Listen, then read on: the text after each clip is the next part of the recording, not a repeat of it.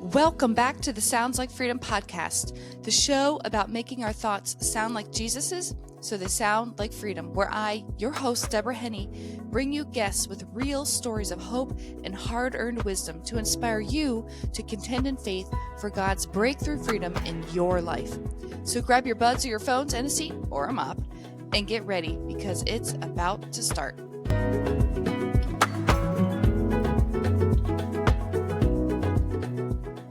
Welcome back to the Sounds Like Freedom podcast. I'm your host, Deborah Henne, and I'm here today with Gerald Jones, who is best friends with Kevin Clark, who I had on the show a few episodes ago.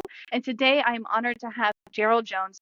And their friendship goes back over 20 years to the night they first met backstage at the Emmy Awards. Their bond grew through creativity, shared values, and a deep desire to make a difference. Together, they later won an Emmy Award for a public service announcement addressing school gun violence, a project that reflected their heart for inspiring hope and protecting the next generation. Beyond their work in media, Gerald and Kevin have also been longtime business partners supporting individuals with developmental disabilities, running programs focused on empowerment and compassion. And this commitment to community is woven into everything they do, and it became the foundation of Blessin'. At its heart, Blessin' is more than an app.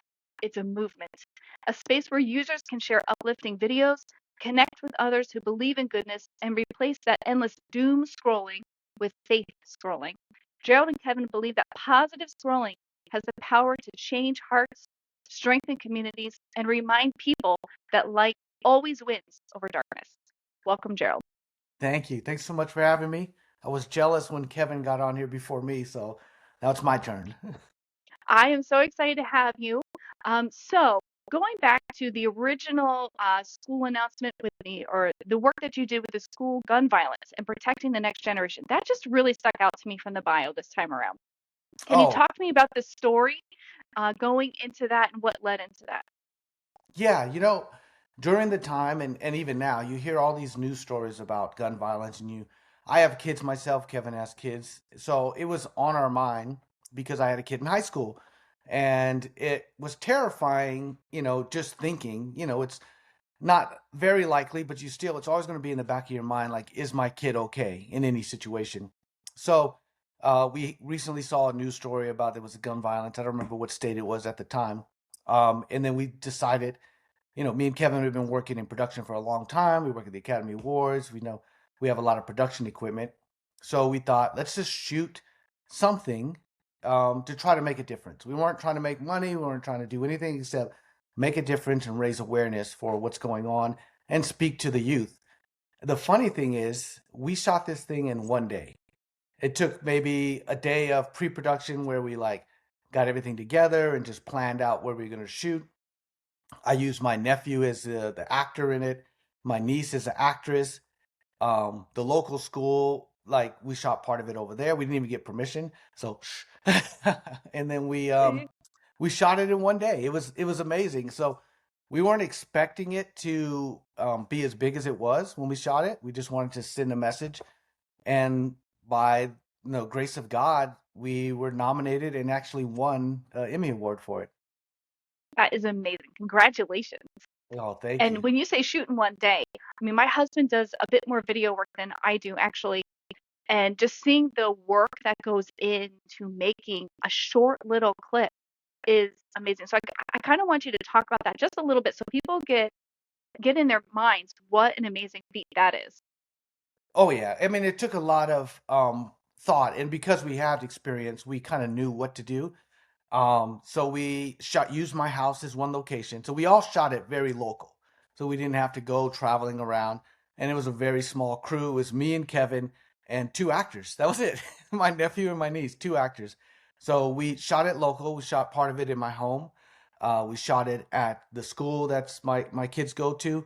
And then we shot the last location at a cemetery that is also, very close to my house.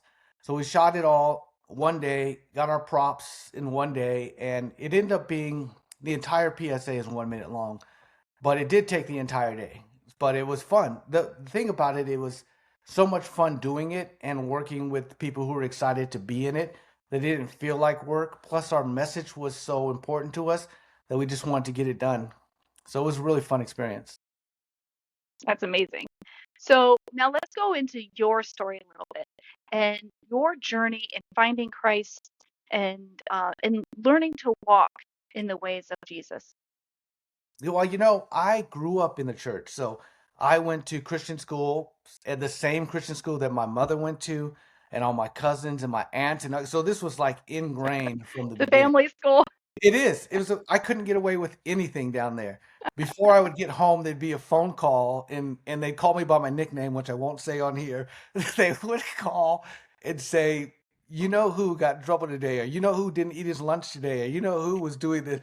So I couldn't get away with anything. So I tried to be the best student I could, but it was something that it felt like home. I worked in the church there as like a volunteer, but I was in the choir, even though I can't sing very well. I worked as an usher. I did everything at church, and then at school we'd go to mass um, 6 days a week. At school we'd go 5 days, and then on Sunday we'd go the 6 day. So it was just something that felt ingrained. So my entire life has been based on my upbringing with Christ, and my grandmother and my mother and the whole family all bringing us up at Christ. And even though there's been days where, you have these rough days, having that foundation is really what gets you through some of those tough times. Absolutely. And I also was raised in the church and I went to Christian school grades 6 through 12. So, yeah, I mean, people think that you're raised in a Christian home, it's all peaches and cream and roses and you have it easy, but really you do. Everybody has their story and everybody goes through those hard times. And even as a teenager, you kind of go through your own journey of finding yourself and finding your own faith. And I remember poignantly in high school, and maybe your journey is a little similar, where I was like, do I actually really believe this? Like, and then there's this terror of like, oh, I'm gonna go in flames now. I'm gonna combust into flames. But it Yeah. was like this moment of, do I actually really believe this? Am I gonna own this as my faith, or is this just something that my parents believe? And if I'm gonna own it, what does that mean? What does that look like? And how is that gonna change my life? And and it was quite a journey that where I almost felt a little tenuous there for a little bit. And I think that we don't really talk about that, especially in the church. This journey that every child, if they're raised in the faith, kind of goes through. And I've noticed it with my friends when I was a young person. I've noticed it with my kids' generations, and just kind of, if parents are listening, don't get afraid. It's part of their journey of learning their own and to own their faith. And they Yeah. can come out the other side stronger. We need to kind of be supportive of that through that. I don't know if you have anything that you can speak to with that. Oh, I've had so many experiences. I didn't grow up with a lot of money. My dad was actually a janitor at the school to help pay for tuition. So, and I would be there after school, helping him. And I wasn't embarrassed. I thought it was cool that I got to be in the classroom after everybody was gone and like changing light bulbs and emptying trash cans. But we didn't have a lot. And I remember going to college, and it was my first year. I was broke, and I couldn't even get money out for lunch. I went to the ATM. I didn't even have $20. I had to go inside to get like $5 out. And I think I left like 67 cents in the bank because I was that broke. And those are the times you start to question, are you testing me, or, am I going to be okay? But really having that faith and having that foundation lets you sometimes question, why are you testing me? I've been good. I've been trying to be the best person I can be. And I see people who are being rewarded for stuff that goes against my values. And I saw that a lot growing up in a poor neighborhood. I'm like, these people have the better skateboard than me. They have better this and that. And they're not, as in the faith as me. And I felt like they were um doing some stuff that wasn't aligned with my values. And I'd always wonder, why are they getting rewarded and I'm suffering? But I think that suffering, and you don't see it until you get to the other side. Yeah. I think that suffering built me into who I am today, because without that suffering, I wouldn't take the risk. I wouldn't take the risk knowing that if I lose it all, that I'll be okay, because I never had it in the beginning. So that gave me the strength to finish school. It gave me the strength to save up money. Me and Kevin, we grinded our way into businesses, We finance everything we've ever done, our own films. We finance the PSA. We finance the Blessing app. Everything is coming from the heart because we believe so much in the message, and it felt like a calling. But I think you got to go through those hard times to figure out your calling. Oh, absolutely. I mean, I know in my own life I found that too. Through the wilderness journeys, you find your dependency on the Lord. You deepen your faith. It's like this time of richness that you don't have. And not that it feels good, guys. It doesn't feel good. No, it doesn't. It doesn't. But when you get to the other side, you say, wow, I really, my relationship with God is so much richer Mhm. because of that. My identity is so much stronger. And I would say, even going through something like that, if you allow it to shape you, not harden you, if you allow it to shape you, I think I personally almost wonder if that kind of goes into a lot of your works of compassion that you have. Because as Yes. I read through that list, I was like, wow, there's so much compassion here. There's so much heart here looking to really serve and to really build up. And it's beautiful. And so it kind of makes sense when you talk about that story in your story. I'm like, I bet that was part of your journey of learning to live with a heart of compassion. Yes. Yes. As a matter of fact, yesterday it was a funny thing. Last night I'm picking up my son from the airport, and it's like midnight. He had a late flight coming in from school for spring break, and somebody knocked on my door, and it's midnight, and I'm just parked at a Carl's Jr. parking lot in the back, just trying to kill time until the flight lands. And some guy knocks on my window. It kind of startles me, and he asks, and I don't know if he was telling the truth or not. He's like, "Oh, my car ran out of gas around the corner, and I just need like a couple of bucks to the."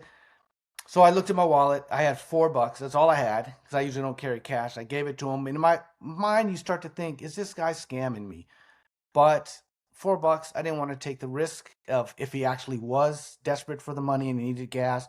If it was a scam, he got $4. But if it wasn't, I hope I helped somebody out. So it's always good to have an open heart and be compassionate, be smart about it. But I think everything you've gone through, like me, not having enough money to pull out the ATM, this guy must have been going through something and he needed to knock on people's windows to try to scavenge up a little bit of money. So I think it's important to always have an open heart and be compassionate to others. So if somebody is like, you know what, I struggle with that. I struggle with opening my heart up. I struggle with seeing with compassion. Do you have any advice for somebody who might be listening and is like, yeah, I'm good in my office by myself. I don't need people. And Yeah. I nope. Yeah. It's funny. The moment that he knocked on my window, it went through my head. Like, I know I had a couple bucks in there. I didn't know how much, but I know I had a couple of bucks of cash. And I went through my head for a second to say no. To say no, scram. Like, you scared me, get out of here. But I immediately thought, what would Jesus do? Remember that old saying? I used to have the Yeah, wristband. yeah, yeah. It Yeah, yeah. said, I what had the would Jesus? keychain. Yeah, they need to bring those back, right? Yeah, So yeah. it immediately dawned on me, like, what would Jesus do in this situation? So if you can try to put that, and maybe somebody should bring those bracelets back, but if you put it in your head, you're always going to find that right answer if you say, what would Jesus do? What would Jesus do in any situation? Um, so yeah, it's hard to be compassionate because you hear all these horror stories, you see all this stuff on the news, you see all this, shock and awe, and you're scared. But you just if you keep the faith and you say, what would Jesus do? I think you'll open up your heart. And I think that what you said there was key because you had those thoughts like, I don't know about this. But you pressed into it anyway, said, you know what, it's $4. And, Yeah, you know, this could be one step if somebody's listening, and that's your one step to leaning into more compassion. Trust me, God will bring you another step and take that step. Because if God, He trains us, I find, through these situations just like that, so that sometimes we overlook and we're just like, oh, yeah, just it's that every day, And you think about these big things like the conferences and the stages and the speaking, but really our character is shaped in the everyday moments and our yeah, choices in those little tiny things. Like, am I going to give the $4 out of my wallet? Am I yeah, going to give the $4? Or am I going to close my heart, look the other way, and keep going and yeah, call it wisdom? yeah. It's very smart. I mean, I love what you said there. you're gonna have that thought. You're gonna have that thought if I should do this, and it's because we've seen so much in the world that makes us doubt people's true intentions. So if you can just find it in your heart to be vulnerable for a minute, and if the guy scammed me, I'll never know. What's $4? What's he gonna do? So maybe he scammed me, maybe he did it. But you But know I what? felt Even good. if he did, the Holy Spirit knows who he is and where he is, and he can go and he can work on him and say, hey, you know what? I think we can do better than this, don't you think?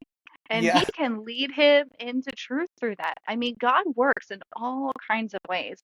And to say that my little piece of the pie wasn't effective because it didn't yield an immediate result is, I think, shortchanging the work of the Holy Spirit, because the Holy Spirit's in there for the long haul. He yes, works with all of us very patiently our whole life and our whole journey here.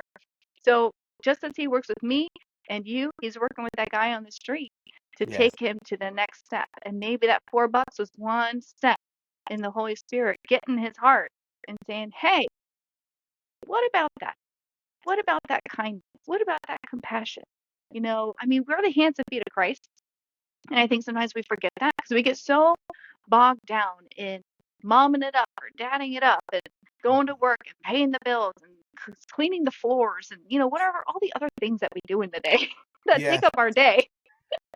And we forget that we are really the hands and feet of Christ. We don't have to be out on the street corner with a megaphone. Maybe God has assigned somebody that position, but yeah, it's not most of us. yeah, Most yeah, of us are going to reach Christ in those small ways, in those everyday ways, through friendships, through kindness, being that stranger at the grocery store that sees somebody's like, hey, can I get your bags for you and put them in your car? Something like yeah. little like that. And then just say, hey, God bless. That's it. Exactly. Yes. Oh, I love this conversation. I just think sometimes we overcomplicate it. We think we have to pay thousands of dollars to go on a mission trip. I'm not knocking that. That's awesome. Yeah. But we can go down the street and we have a mission trip right there. Yeah. Am I walking? Am I Yeah. bringing Jesus with me? Yeah. You never know what little thing you're gonna do that could change the world or change somebody's life or have this your compassion shows them, maybe they pass it on to the next person or opens their heart because they've been told no and scram, 20 times that day. So one person doing one thing, I may be in this guy's memory forever. Like, I remember this guy did something nice to me, and now I have a little bit, maybe I'll give back. So you never know what it's gonna turn out to be.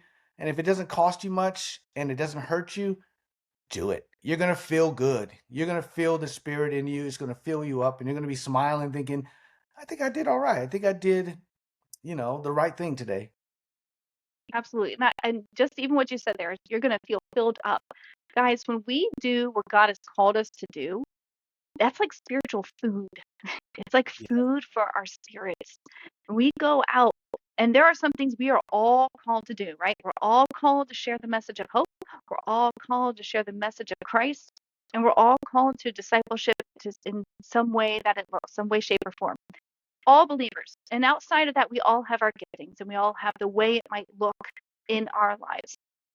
But when we press into that and press into our purpose, press into our assignments, it's like spiritual food.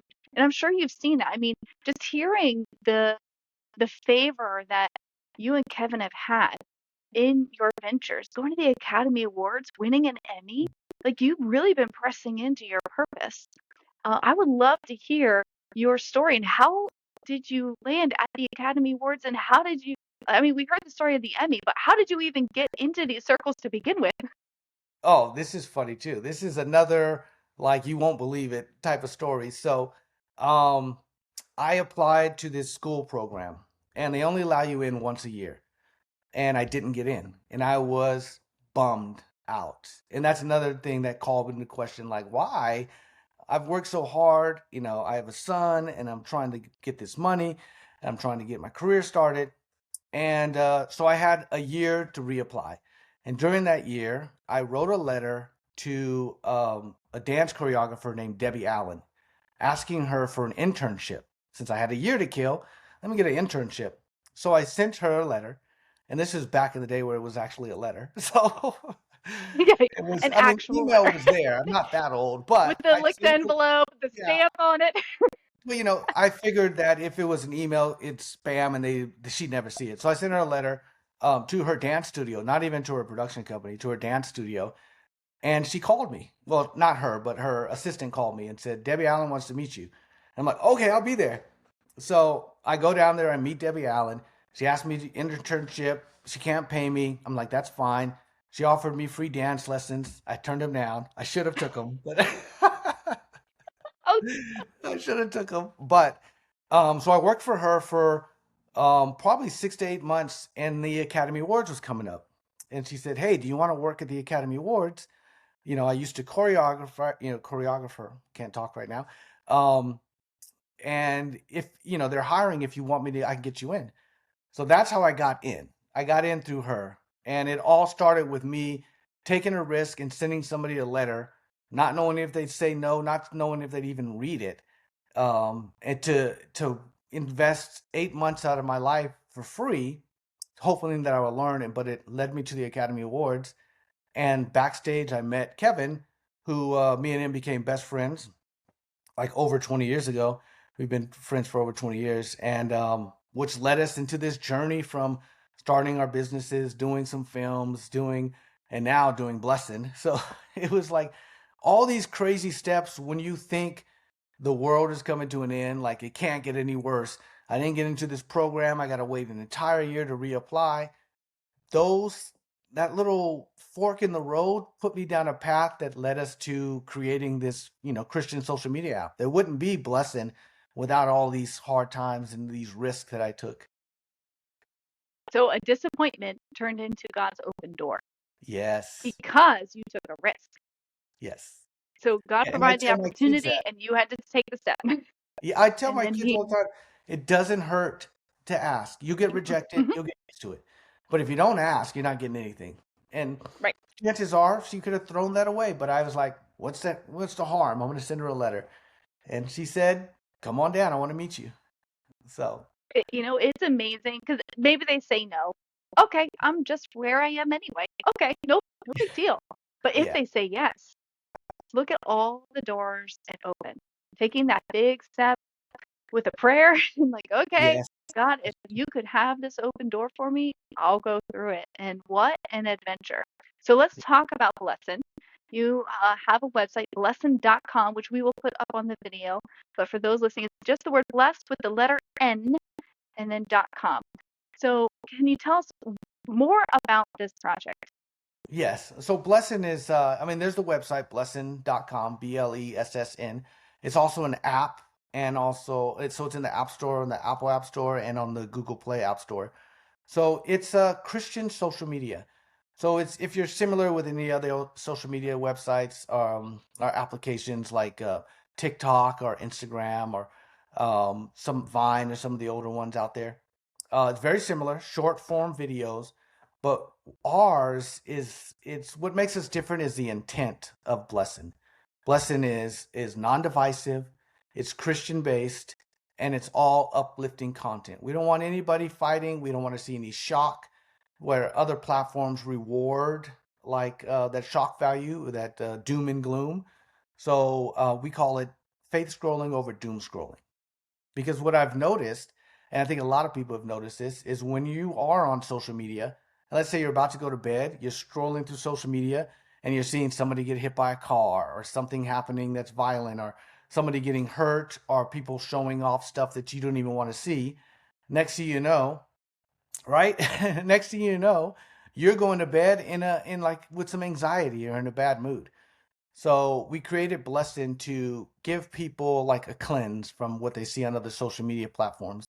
So even if they don't give up Instagram or TikTok or whatever they're using, whenever they need a cleanse, or they want to feel good, or they want to post a positive message, they can come over to Blessing. It sounds awesome. So it's a network of like-minded, faith-centered people looking to share positivity, Hmm. blessings, praise stories. Look at what God is doing. Look at the little blessing. Like, wow, look at that amazing. I don't know. I get into the sunrises and the sunsets. It's so beautiful. And it's like Yes. the everyday thing that we can just savor and look forward to. Oh, So it's so those kinds of things, yeah. yeah. The blessing is fun because I follow a lot of Christian social media artists or on my other social media platforms, and I would realize that even when you follow all of these Christian content, you're still going to get hit with somebody trying to promote their OnlyFans page, and you're like, why am I seeing this? Or somebody who's trying to scam people. We talked about scam, like or somebody getting hurt violently or an animal getting hurt. I'm like, why am I seeing this? This is not. Why should this be in my algorithm? Because they feed it to you. Because it makes you stop and say, what was that? So we were Hmm. like, none of that. We want it to be fun. If you're a singer, skateboarder, basketball, whatever your talent is, as long as it's uplifting and faith based, come over to Blessing and check it out. And even if you don't want to post, you can just come over there and see what other people are up to. Sounds good. So go ahead, check it out, blessin.com. There is a website. You can find it on the App Store and on Google Play as well. Get blessed. Get rid of doom scrolling. Take a break from it and check out some faith scrolling. And don't forget to swipe, tap, or click over to deborahhenne.com. Follow me on social media, X, Instagram, or Facebook at Deborah Henne Author. And let's not forget to tune into our thoughts to make sure they sound like Jesus's, so they sound like freedom.